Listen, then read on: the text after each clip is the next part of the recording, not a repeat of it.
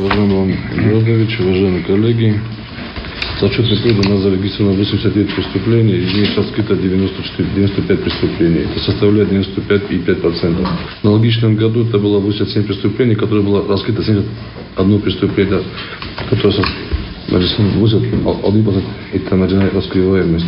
В этом году у нас намного больше. У нас МВД проводится согласно равным договорам с МВД России, готовимся к организации штатной структуры МВД в связи с присоединением управления исполнения наказаний с 1 января 2026 года. Готовимся к подписанию софинансирования на 3 года, 26, 27 и 28 года. Сейчас о данных еще такая. Насчет, которого вы сказали по делу сотрудников милиции, из них 10 сотрудников получили наказание, из них 3 были освобождены от занимаемой должности, другие 7 получили строгий приговор, вторые принято.